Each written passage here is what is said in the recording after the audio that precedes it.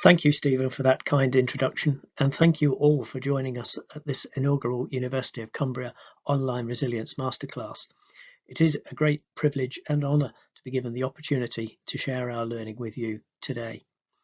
What I would like to do over the next 20 to 25 minutes is to share with you the learning experiences of our current students and alumni who have studied the University of Cumbria's Disaster Response module.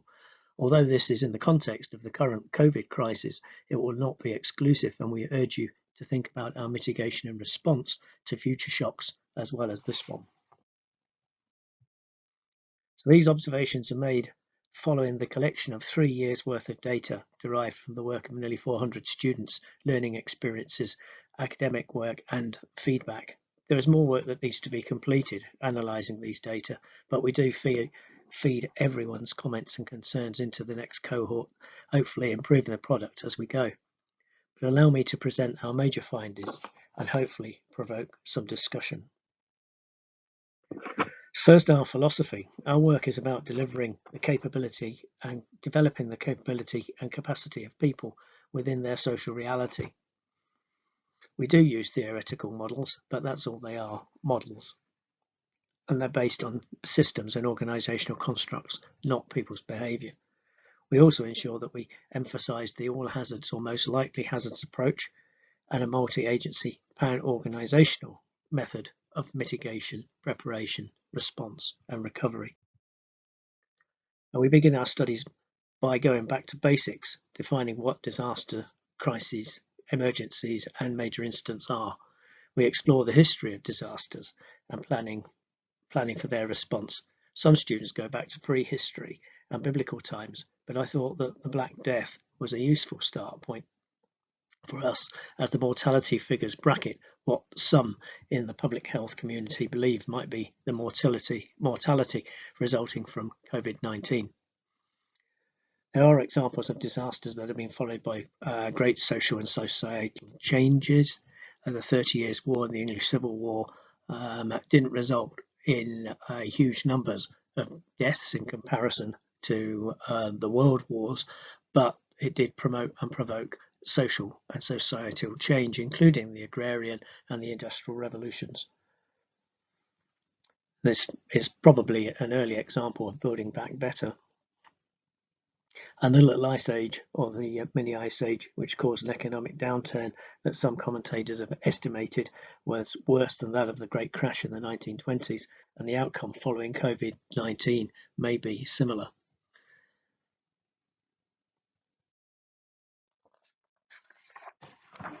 So there's a lot of experience and learning already there that we can fall back on and help us to avoid future shocks. The Black Death was being tackled by plague doctors who did not have the advantage of germ theory. We do.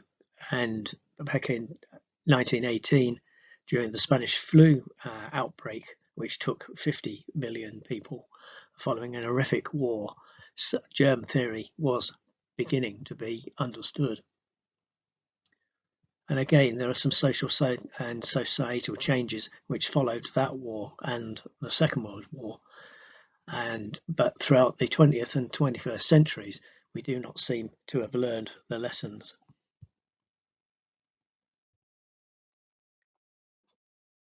Focusing on outbreaks in this century, despite this experience of pandemic and epidemic management, the lessons are either not learned, forgotten, ignored, or deliberately not applied.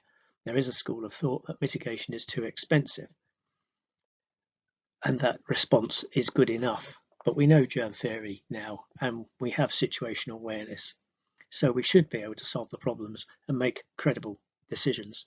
Here are only a few of the crucial areas of mitigation that need to be in place to prevent and control infections.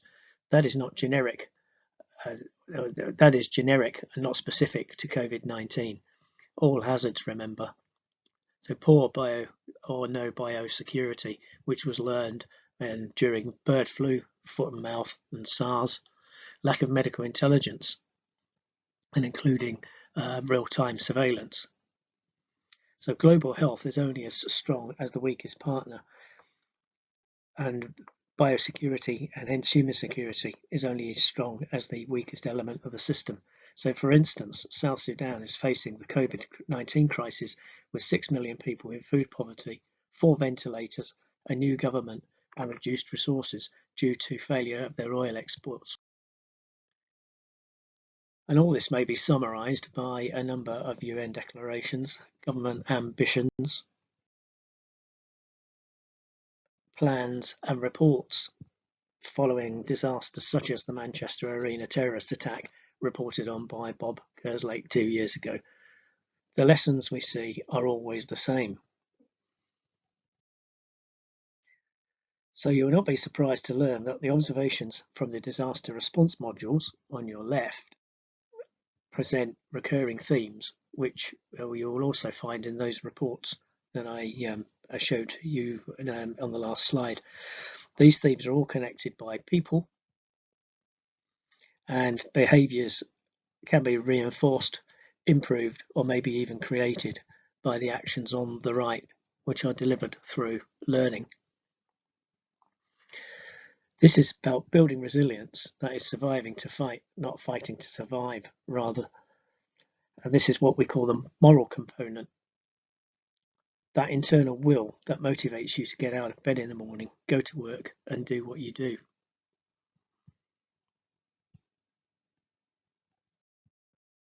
So, what will life be like after COVID?